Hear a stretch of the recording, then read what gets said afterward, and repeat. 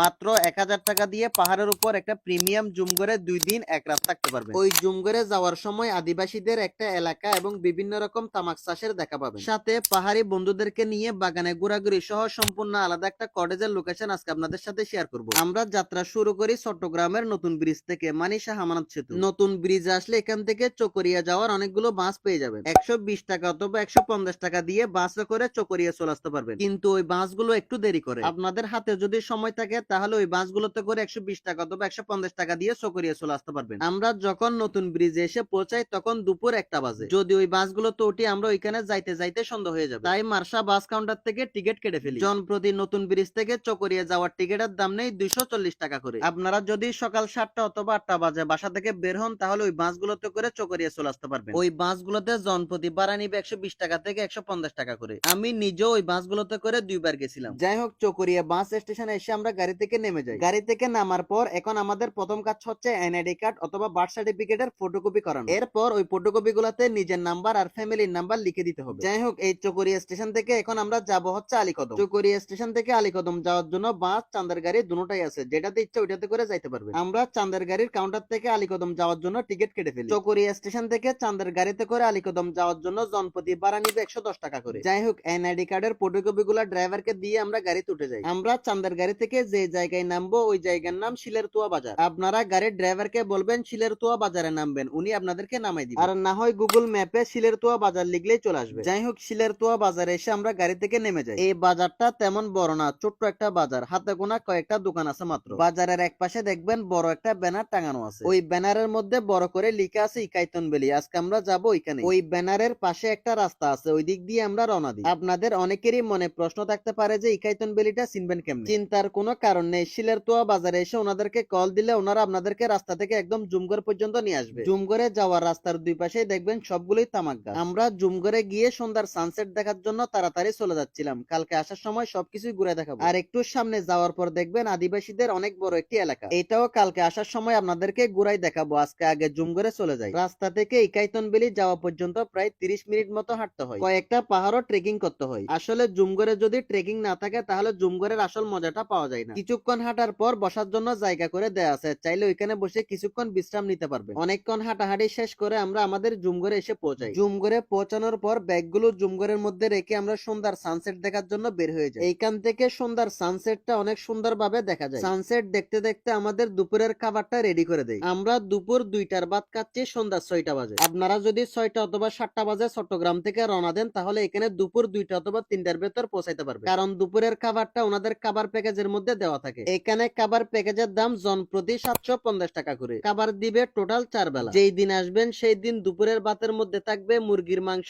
ডিম, ভর্তা, ডাল, ভাত। যেই দুপুরের খাবারটা দেরি করে আসাতে আমরা এখন খাচ্ছি। আর বিকেল বেলা একটা নাস্তা দিবে, যখন মেনুর মধ্যে যেটা থাকবে ওইটাই পাবেন। যেমন আমাদেরকে কলা পাউরুটি দিছিল। জুমঘরের ভেতর বিশেষ সার্ভিস হচ্ছে মোবাইল ফোন চার্জে দিতে পারবে। এই জিনিসটা আমার সবচেয়ে বেশি ভালো লাগছে। সাথে প্রতিটা জুমঘরের ভেতর একটা লাইট থাকবে, বাহিরে আরেকটা লাইট থাকবে। জুমঘরের বাকি জিনিসগুলো কালকে সকালে দেখাবো। এখন চলে যাই রাতের খাবার বারবিকিউ রেডি করার জন্য। জুমঘরের সবচেয়ে মজার জিনিস হচ্ছে রাতের বেলায় বারবিকিউ পার্টি। রাতের বেলার খাবারের মধ্যে থাকবে বারবিকিউ আর পরোটা। খাওয়া দাওয়া শেষ করে আমরা যে যার মতো ঘুমাই যাই। সকালবেলা বুড়ে ঘুম থেকে উঠলে বেস্ট একটা ভিউ আপনার চোখে পড়বে। জুমঘর থেকে একদম স্পষ্ট ভাবে মেঘ দেখতে পারবেন। আমরা যেই দিন গেছিলাম ওই দিন নাকি মেঘ একটু কম ছিল, অন্যান্য দিন নাকি এর চেয়ে বেশি মেঘ দেখা যায়। জুমঘর থেকে মেঘ দেখা শেষ করে হেঁটে হেঁটে ওনাদের ভিউ পয়েন্টের ওই দিক দিয়ে চলে যায়। ওনাদের ভিউ পয়েন্ট একদম সবকিছুর উপরে। ভিউ পয়েন্টটা খুবই সুন্দর, এইখান থেকে আর স্পষ্ট ভাবে মেঘ দেখতে পারবেন। ভিউ পয়েন্টে ঘোরা শেষ, এখন আপনাদেরকে জুমঘর সম্পর্কে কিছু ধারণা দিই। আমরা যে প্রিমিয়াম জুমঘরে ছিলাম ওইটার প্রতিদিনের ভাড়া হচ্ছে 2500 টাকা। আমরা যে জুমঘর গুলো নিছিলাম ওইগুলোতে একসাথে 8 থেকে 10 জন পর্যন্ত থাকা যায়। যদি 2 অথবা 3 জন থাকতে চান তাহলে 2500 টাকা থেকে কিছু টাকা ডিসকাউন্ট করে দিবে। জুমঘর বুকিং এর নাম্বারটা আমি ভিডিওতে দিয়ে দিচ্ছি। জুমঘরে সবচেয়ে বেশি ভালো লাগছে ওনাদের বেড কম্বল গুলো। এরকম দামি কম্বল অন্যান্য জুমঘরে দেখি নাই। কম্বলের কথা দূরে থাক, নিচে তো বেড সহ দেয় না, বাসের উপর শুধু একটা পলি বিছাই দেয়। ওইগুলোর তুলনায় এই জুমঘরের পরিবেশ গুলো অনেক ভালো। আর প্রতিটা জুমঘরের আশেপাশে ওয়াশরুম দেয়া আছে। ওয়াশরুমের পাশাপাশি জুমঘরের দ্বিতীয় প্রয়োজনীয় জিনিস হচ্ছে পানি। ওই পানিটা এখানে একদম ভরপুর পাবেন। হাত মুখ ধোয়া শেষ করার পর আমরা সবাই সকালের খাবার খাওয়ার জন্য চলে আসি। সকালের খাবারের মধ্যে ছিল ডিম আর বোনা খিচুড়ি, সাথে আলু ভর্তা। সকালের খাবার সহ টোটাল 4 বেলা খাবারের জনপ্রতি দাম নিবে 750 টাকা করে। সকালের খাবার শেষ করে ওনাদের একটা গাছের উপর পট হাউস আছে, ওইটা একটু ঘুরে দেখি। যেটার নাম দেয় ওনারা ট্রি হাউস। এই পুরা ঘরটা একটা গাছের কেটে গাছের উপর বানানো। এই ঘরটা নিচে থেকে দেখতে পুরাই পাখির বাসার মতো। উপরে উঠে জানলাগুলো খুলে দিলে বাহিরের বেস্ট একটা ভিউ দেখা যায়। এই ট্রি হাউসের ভাড়া হচ্ছে ৩৫০০ টাকা। এই ট্রি হাউসে ৪ থেকে ৫ জন থাকতে পারবে। বাতাস আসলে বাতাসের কারণে এই ঘরটা একটু দুলে, তখন সে একটা ফিল পাবে। এমনিতে বড় 3টা পট হাউস আছে যেগুলোতে 8 থেকে 10 জন থাকতে পারবেন। এই পট হাউস গুলো থেকেও বাহিরের অনেক সুন্দর একটা ভিউ আসে। এই পট হাউস গুলো নিচে থেকে অনেক কাস্টমাইজ করে তৈরি করা, তাই দেখতে অনেক সুন্দর লাগে। আর প্রতিটা জায়গায় সৌরবিদ্যুতের প্যানেল দেয়া আছে, তাই সবসময় বিদ্যুৎ থাকে। সবকিছু ঘোরাঘুরি শেষ করে আমরা আমাদের জুমঘর থেকে ব্যাগগুলো নিয়ে বের হয়ে যাই। কালকে আসার সময় পথের মধ্যে একটা পেঁপে বাগান দেখছিলাম, কালকে সন্ধ্যা হওয়ার কারণে ওই দিক দিয়ে যাইতে পারি নাই, তাই আজকে প্ল্যান করি যে যাওয়ার সময় ওই বাগানে যাব। বাগানে এসে পাহাড়ে কিছু বন্ধুর সাথে পরিচয় হয়। ওরা নিজেরা আমাদের জন্য গাছ থেকে পেঁপে পারে, ওরা নিজেরাই গাছ থেকে পেরে ওরা নিজেরাই আবার আমাদেরকে পেঁপে গুলো কেটে দেয়। মানুষ পাহাড়িদেরকে নিয়ে এত এত খারাপ কথা বলে, কিন্তু আজ পর্যন্ত কোনো পাহাড়ি আমার সাথে খারাপ আচরণ করে নাই। আমার লাইফে এত পেঁপে খেলাম, কিন্তু এইগুলোর মতো মিষ্টি পেঁপে কোনোদিনও খাই নাই। মনে হচ্ছে কেউ একজন এই পেঁপে গুলোকে কেটে চিনি ঢুকাই দিছে। জুমঘরে যাওয়ার সময় গ্রামীণ একটা বৌদ্ধ বিহার আপনাদের চোখের সামনে পড়বে। এইগুলো কালকে যাওয়ার সময় আমি দেখছিলাম, কিন্তু সময় না থাকার কারণে ভিডিও করতে পারি নাই। পাশে একটা বড় আদিবাসীদের পাড়া আছে, কিন্তু ওই পাড়ার মধ্যে বাইরের লোকজন প্রবেশ করাটা ওইখানকার আদিবাসীরা পছন্দ করে না, তাই পাড়ার ভেতরে প্রবেশ না করাটাই উত্তম। এমনিতে পাড়ার বাহিরে থেকে যত খুশি দেখতে পারবে। একই রাস্তার মধ্যে তামাক চাষের জায়গাও দেখবে, যে তামাক পাতাগুলো দিয়ে পরবর্তীতে সিগারেট বানায়। চাইলে এইগুলো ঘুরে দেখতে পারেন। সব ঘোরাঘুরি শেষ করে আমরা শিলের তোয়া বাজারে চলে আসি। শিলের তোয়া বাজার থেকে যে কোনো একটা গাড়িতে করে আপনারা চকরিয়া স্টেশন চলে আসতে পারবেন। ভাড়া নিবে ১০০ টাকা থেকে ১১০ টাকা পর্যন্ত। চকরিয়া স্টেশনে আসলে চট্টগ্রাম শহরে আসার অনেকগুলো বাস পাবেন। ওই বাসগুলোতে করে চট্টগ্রাম শহরে চলে আসতে পারবেন। জনপ্রতি ভাড়া নিবে ১৩০ টাকা থেকে ১৫০ টাকা। আপনারা কয়েকজন বন্ধু মিলে চাইলে ১৫০০ টাকা দিয়ে 2 দিন 1 রাত ঘুরে চলে আসতে পারবেন।